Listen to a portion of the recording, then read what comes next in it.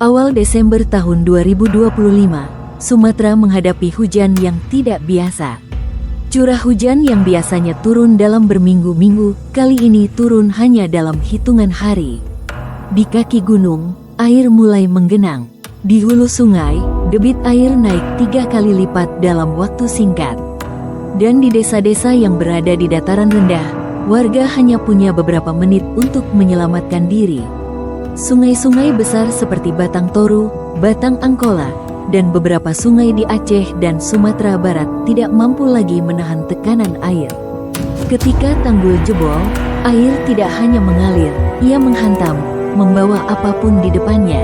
Rumah-rumah hanyut, jembatan roboh, jalan raya terputus, dan longsor terjadi di puluhan titik dalam waktu bersamaan. Menurut data BNPB, ratusan orang meninggal, puluhan ribu mengungsi, dan jutaan jiwa terdampak langsung maupun tidak langsung. Ini bukan hanya banjir musiman, ini adalah salah satu bencana terbesar dalam 2 dekade terakhir. Namun, meskipun kehancurannya besar, satu hal tetap menjadi pertanyaan utama.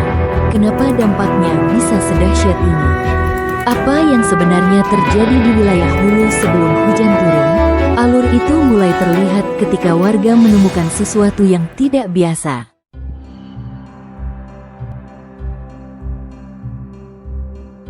Ketika banjir mulai surut, warga melihat sesuatu yang aneh di sepanjang aliran sungai.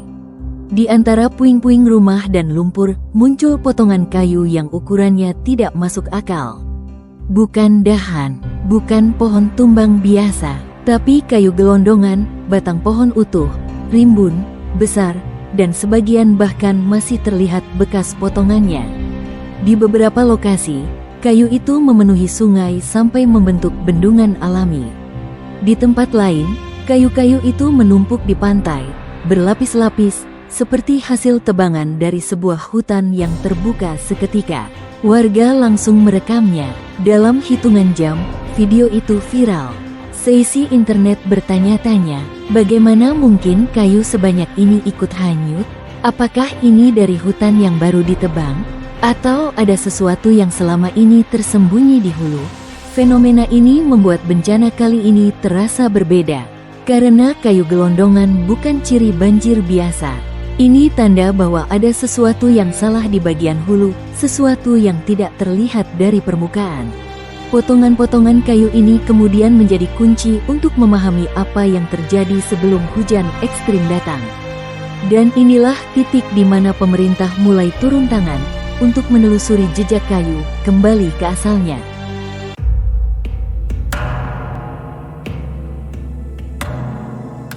Fenomena kayu gelondongan yang hanyut tidak bisa diabaikan. Karena jika air membawa sebanyak ini, berarti ada sesuatu yang besar terjadi di hulu. Dan disinilah pemerintah mengambil langkah yang jarang dilakukan, membentuk tim investigasi khusus untuk melacak asal kayu. Tim ini terdiri dari petugas Kementerian Lingkungan Hidup dan Kehutanan, polisi kehutanan, hingga ahli analisa kayu. Mereka menyisir seluruh jalur sungai yang terdampak dari hilir kembali ke hulu. Dengan drone, mereka memetakan area yang longsor, lahan tebangan, dan titik-titik yang mencurigakan. Setiap potongan kayu diidentifikasi, apakah bekas tebangan mesin, apakah pohon alami yang tumbang, atau justru berasal dari kawasan yang seharusnya dilindungi. Hasil awalnya mengejutkan. Beberapa potongan kayu terlihat memiliki pola potongan yang rapi, seperti kayu yang siap diproses atau diangkut. Bukan hasil tumbang alami. Selain itu, sejumlah perusahaan yang memiliki izin lahan dan operasi di wilayah pegunungan mulai masuk ke radar penyelidikan.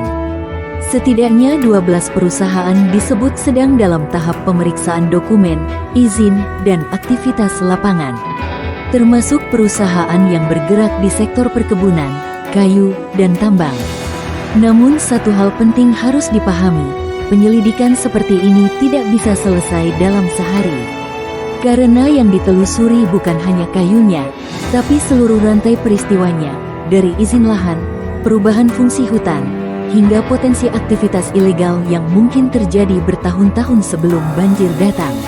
Tim investigasi menegaskan bahwa belum ada kesimpulan final.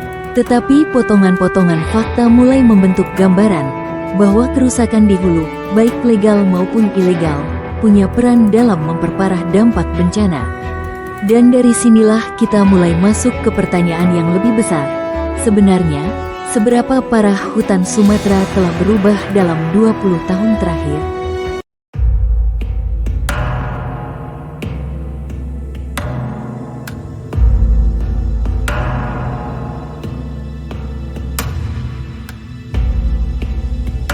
Untuk memahami kenapa banjir kali ini begitu menghancurkan, kita harus melihat ke belakang.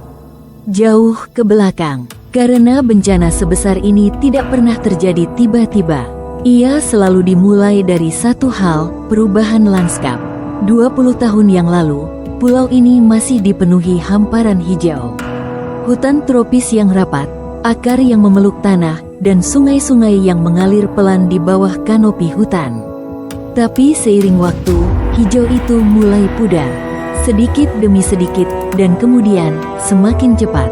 Menurut berbagai lembaga pemantau hutan, sejak tahun 2001, Sumatera telah kehilangan lebih dari 4,4 juta hektar hutan. 4 juta hektar, angka yang sulit dibayangkan, setara dengan luas Pulau Bali yang hilang berkali-kali. Dan yang hilang bukan hanya pohon. Yang hilang adalah penyangga bencana, akar-akar yang menahan air, tanah yang menyerap hujan, dan bukit-bukit yang dulunya kokoh ditopang hutan. Jika kita menelusuri peta, perubahan itu jelas. Area hijau berubah menjadi perkebunan skala besar. Lereng pegunungan dibuka untuk pertambangan. Kawasan yang dulunya hutan lindung berubah fungsi menjadi lahan produksi. Jalan-jalan baru membelah hutan, membuka akses untuk logistik dan ekspansi.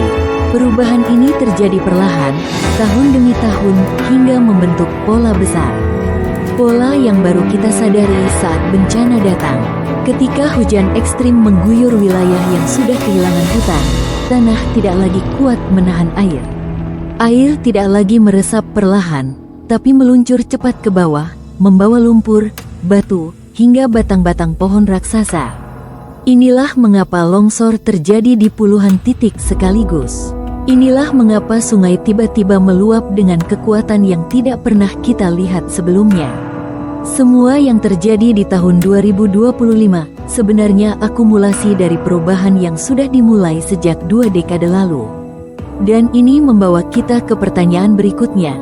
Ketika hutan berubah menjadi lahan produksi, bagaimana dampaknya terhadap sungai, tanah, dan kawasan rawan longsor?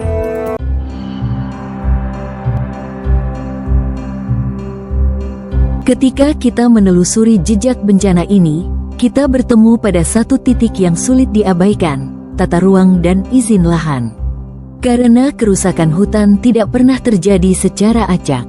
Ada pola, dan pola itu mengikuti garis-garis yang sangat jelas di atas peta.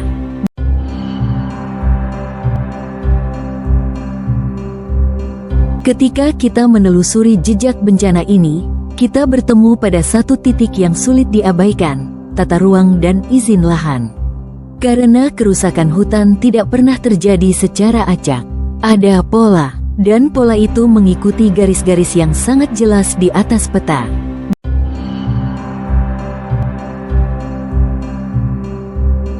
Ketika kita menelusuri jejak bencana ini, kita bertemu pada satu titik yang sulit diabaikan, tata ruang dan izin lahan.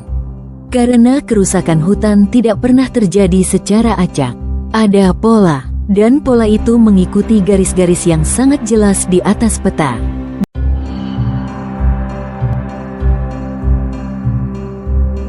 Ketika kita menelusuri jejak bencana ini, kita bertemu pada satu titik yang sulit diabaikan, tata ruang dan izin lahan. Karena kerusakan hutan tidak pernah terjadi secara acak. Ada pola, dan pola itu mengikuti garis-garis yang sangat jelas di atas peta.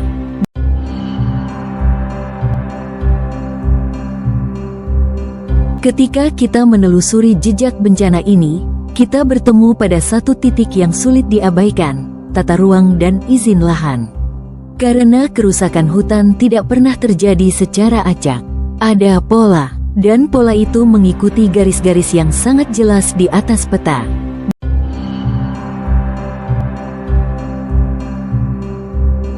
Ketika kita menelusuri jejak bencana ini, kita bertemu pada satu titik yang sulit diabaikan, tata ruang dan izin lahan. Karena kerusakan hutan tidak pernah terjadi secara acak. Ada pola, dan pola itu mengikuti garis-garis yang sangat jelas di atas peta.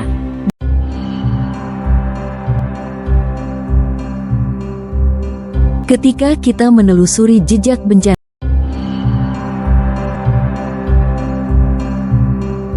di luar kerusakan hutan dan perubahan lahan, bencana ini juga diperkuat oleh satu hal yang tidak bisa kita kendalikan, cuaca ekstrim. Awal Desember tahun 2025, wilayah barat Indonesia berada di bawah pengaruh 3 fenomena besar. Madden-Julian Oscillation, gelombang Kelvin, dan anomali iklim yang membuat uap air bertumpuk di atas Sumatera. Ketika 3 faktor ini bertemu, langit seperti membuka pintu sekaligus. Awan-awan tebal berkumpul lebih cepat dari biasanya, dan curah hujan meningkat jauh di atas rata-rata tahunan. Menurut catatan BMKG, dalam beberapa wilayah, intensitas hujan yang seharusnya turun selama 3 minggu, terkumpul hanya dalam 2 hingga 3 hari. Ini bukan hujan biasa, ini hujan dengan kekuatan yang menghampiri kategori ekstrim. Secara alamiah, hutan tropis sebenarnya mampu menahan hujan sebesar ini. Tanahnya menyerap air, akarnya menahan longsor, dan setiap lapisan vegetasi memperlambat aliran air ke bawah. Tapi ketika hutan sudah hilang, dan tanah sudah terbuka, hujan ekstrim yang turun berlapis-lapis tidak lagi terdistribusi oleh alam. Air mengalir terlalu cepat, tekanan ke sungai meningkat berkali-kali lipat, dan tebing-tebing yang rapuh tidak punya cukup waktu untuk menahan diri sebelum akhirnya runtuh. Dengan kata lain, hujan ekstrim bukan penyebab utama bencana, tetapi menjadi pemicu yang mempercepat proses yang selama ini sudah menumpuk. Inilah titik di mana faktor alam dan faktor manusia bertemu, membentuk kombinasi yang sempurna untuk menghasilkan bencana sebesar ini.